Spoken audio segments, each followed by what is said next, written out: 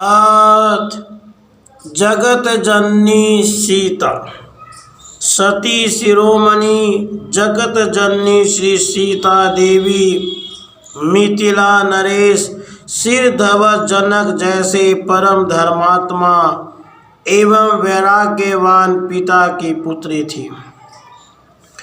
अपने त्याग और ब्रह्म ज्ञान के प्रभाव से जनक ने राजर्षि की उपाधि प्राप्त कर ली थी। यज्ञ के लिए वे एक बार हल जोत रहे थे। उस समय चौड़े मुंह वाली सीता अर्थात हल्के धंसने से बनी हुई गहरी रेखा से परम रूप लावण्य संपन्ना तेजस्वनी कन्या का प्रादुर्भाव हुआ। वे ही सीता कहलाई। श्री सीता देवी दिव्य गुणों का अक्षय आगार थे। इनके सरल स्वभाव, अविचल मातृ पितृ भक्ति और अद्भुत रूप के कारण माता पिता तो इन पर मुग्ध थे ही, जो भी इन्हें एक बार देख लेता मुग्ध हो जाता था। वे शुक्ल पक्ष के चंद्रमा की भांति धीरे धीरे बढ़ने लगी और समय पर विवाह के योग्य वर को प्राप्त हुई। मिथिला नरेश अपने अनुपम पुत्री के लिए उपयुक्त वर प्राप्त करना चाहते थे, इसलिए उन्होंने प्रतिज्ञा की कि वे श्री शिव जी के धनुष को भंग करने वाला ही सीता का पति होगा। धनुष भंग श्री विश्वामित्र जी के साथ पधारे हुए अवध नरेश दशरथ नंदन भगवान श्री रामचंद्र ने किया और सीता देवी उनसे ब्याह दी गई। अब वे पितृकुल से विदा होकर अयोध्या में आई।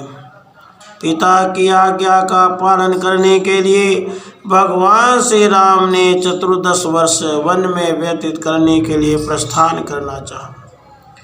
उस समय कौशल्या देवी अपने पुत्र वधू सीता का मुंह देखकर जिस प्रकार आकुल और अधीर हो गई, इससे स्पष्ट हो जाता है सीता के दिव्य एवं आदर्श सद्गुणों से सास ससुर अत्यंत प्रभावित थे।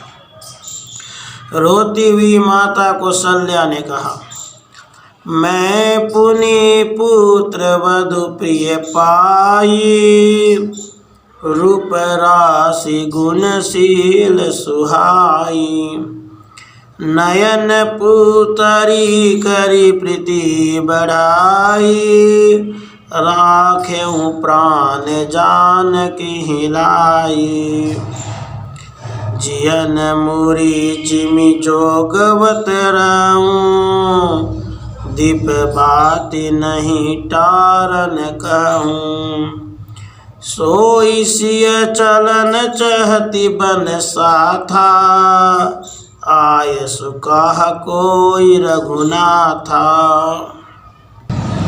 भगवान श्री राम ने सीता के सामने वन की भयंकर विपत्तियों का वर्णन किया तो वे अधीर हो गई।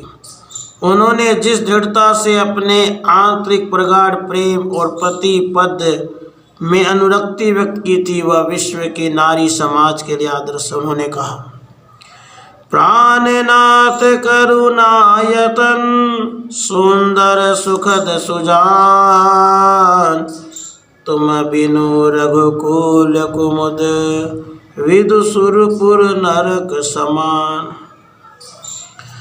मातु पिता भगनी प्रिय भाई, प्रिय परिवार सुहद समुदायी, सासु ससुर गुरु सजन सहाई, सुत सुंदर सुलील सुखदाई, जह लगी नाथ ने अरुनाते, प्रिय बिनुतियहूँ तरहूँ ते ताते, तनु धनु धाम धरनुपुर राजू, पति बिहीन सब शोक समाजो, भोग रोग सम भूषण बारू, जम जातना शरीर सारू, प्राणनाथ तुम बिनु जग माही, मोह कहूँ सुखद कतहूँ कछु नाही, जिय बिनु देह नदी बिनु बारी, तैसई नाथ पुरुष बिनु नारी, नाथ सकल सुख साथ तुम्हारे, शरद विमल बिघु बदन निहारे। खग मृग परिजन नगरु, बनु बल कल विमल दुख लो। नाथ साथ सुर सदन सम, परनाथ सुख मुलन। बन दुख नाथ कहे बहु तेरे, भय विषाद परिताप घनेरे। प्रभु वियोग लवलेश समाना, सब मिली हो ही न कृपा निधाना। अस जिय जानी सुजान शिरोमणि, ले असंग मोहि छापिय जनी। विनती बहुत करो का स्वामी, करुणामय उर अंतर जामी। राखी अवध जो अवधि लगी, रहत न अनिअहि प्राण। दिन बंधु सुंदर सुखद, शील स्नेह निधान। मैं सुकुमारी नाथ बन जोगु, तुम्हि उचित तप मोह कहूँ भोगु। ऐसो वचन कठोर सुनी, जो न हृदय बिलगान। तो प्रभु विषम वियोग दुख, सही पावर प्राण। भगवान विवश हुए और श्री सीता देवी को साथ चलने की स्वीकृति दे दी। श्री सीता जी तो यही चाहती थी, उनका यही सुख था, इसी में शांति थी कि नित्य प्रभु के चरण कमलों की भरमरी बनी रहे। भगवान गंगा के पार पहुँचते हैं। वे अवध नरेश के पुत्र होने पर भी केवट को कुछ नहीं दे पाते, इस कारण अत्यंत लज्जित होते हैं। पर सीता जैसी अनुभवी और चतुरा गृहिणी तुरंत अपनी मणि मुंदरी प्रसन्न मन दे देती है।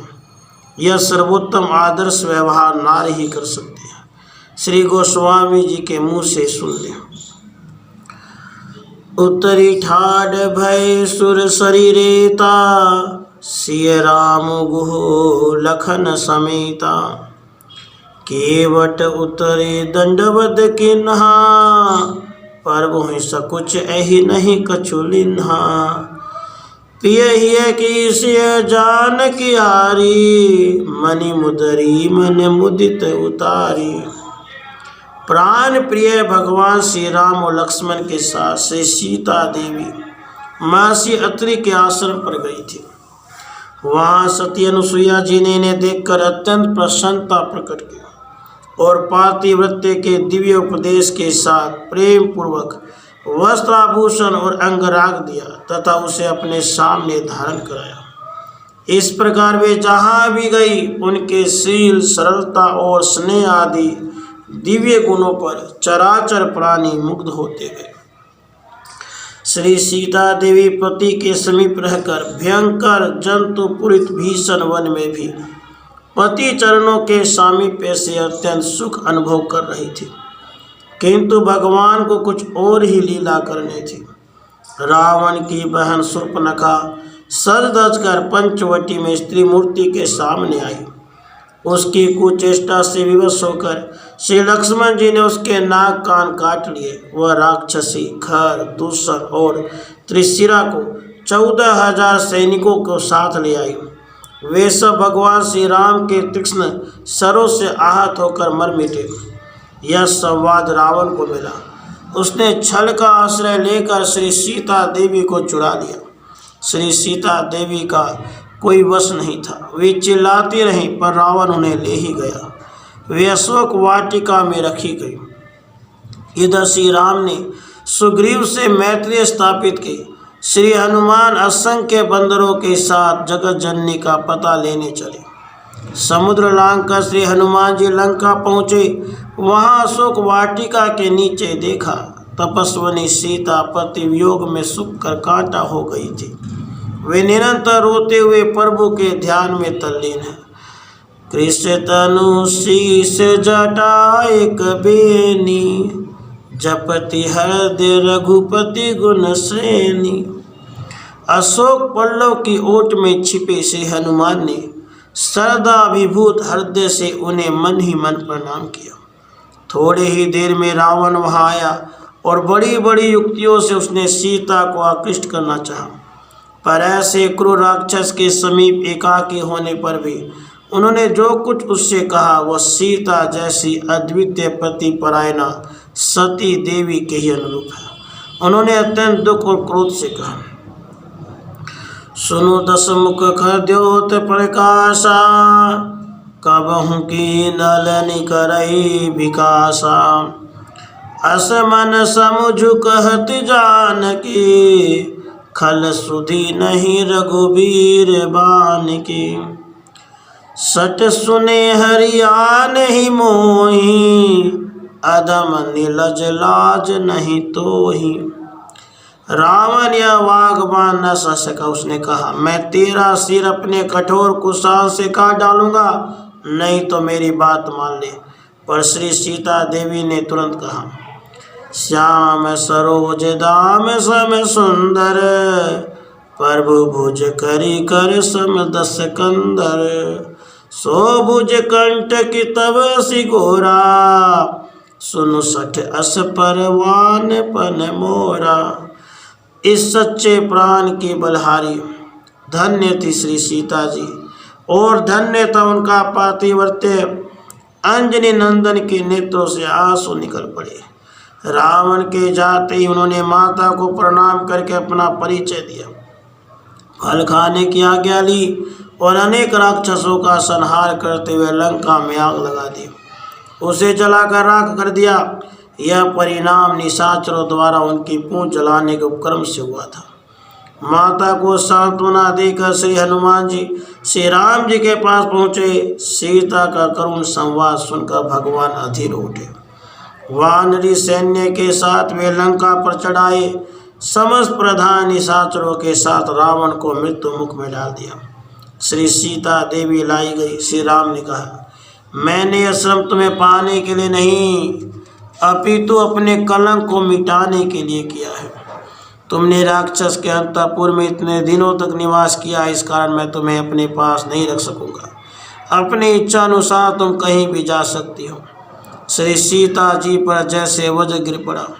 वे कुछ नहीं बोल सके। परम पवित्र और सर्वथा निर्दोष माता पर यह संदेह लक्ष्मण को सही नहीं था, पर वे बड़े भाई के सामने विवश थे। उन्होंने माता के संकेत से चिता तैयार की। माता ने अवरुद्ध कंठ से कहा, यथा में हृदयम नित्यम नापसरपति राघवात्, तथा लोकस्य साक्षी माम सर्वतः पातु पावकः। यदि मेरा हृदय कभी एक क्षण के लिए भी श्री रघुनाथ जी से दूर न हुआ हो, तो संपूर्ण जगत के साक्षी अग्निदेव ही सब ओर से मेरी रक्षा करे। प्रज्वलित अग्नि में श्री सीता देवी प्रवेश कर गई। इस दृश्य को देख समस्त वानर भालू राक्षस चित्कार कर उठे। आकाश में देव समुदाय एकत्र हो गया था। स्वयं अग्निदेव ने प्रकट होकर उनकी निर्दोषता सिद्ध की। स्वयं दशरथ जी ने आकर श्री सीता जी की पवित्रता का बखान करते हुए आशीष दी। पुष्पक विमान पर सवार होकर श्री सीता देवी तथा समस्त वानरों के साथ भगवान अयोध्या पधारे।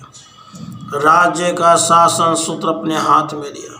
श्री सीता देवी के सद्गुणों से सभी उनके प्रति श्रद्धा भक्ति रखते थे। समय पर श्री सीता देवी गर्भवती हुई, पर एक साधारण धोबी के कथन को गुप्तचरों द्वारा सुनकर मर्यादा पुरुषोत्तम श्री राम ने प्रजा रंजन के लिए बड़ी कठोरता से काम लिया। उन्होंने श्री सीता देवी को वन में छोड़ आने के लिए लक्ष्मण को भेजा। लक्ष्मण ने अपनी छाती पर पत्थर रखकर माता को वन में छोड़ दिया और आंसुओं का भार लेकर लौट आए। वन में मूर्छित सीता पर महर्षि वाल्मीकि की दृष्टि पड़ी।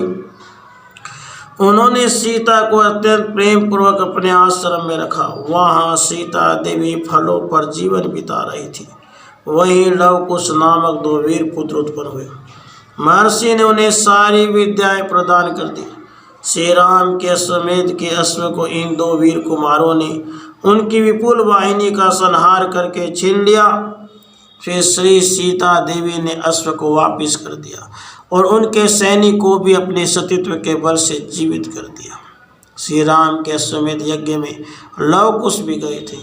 उनके मुंह से रामायण सुनकर भगवान बहुत प्रसन्न हुए और जब उन्हें पता चला कि ये मेरे ही पुत्र हैं तब बड़े प्रसन्न हुए और उन्होंने आग्रह पूर्वक महर्षि वाल्मीकि के साथ सीता देवी को बुलवाया और उनसे शुद्धता के लिए शपथ करने को कहा। यह सुनते ही महर्षि वाल्मीकि बोल उठे, बहुवर्ष सहस्राणि तपश्चर्या मया कृता न पाशन्याम फलम तस्य दुष्टेयम यदि मैथिली।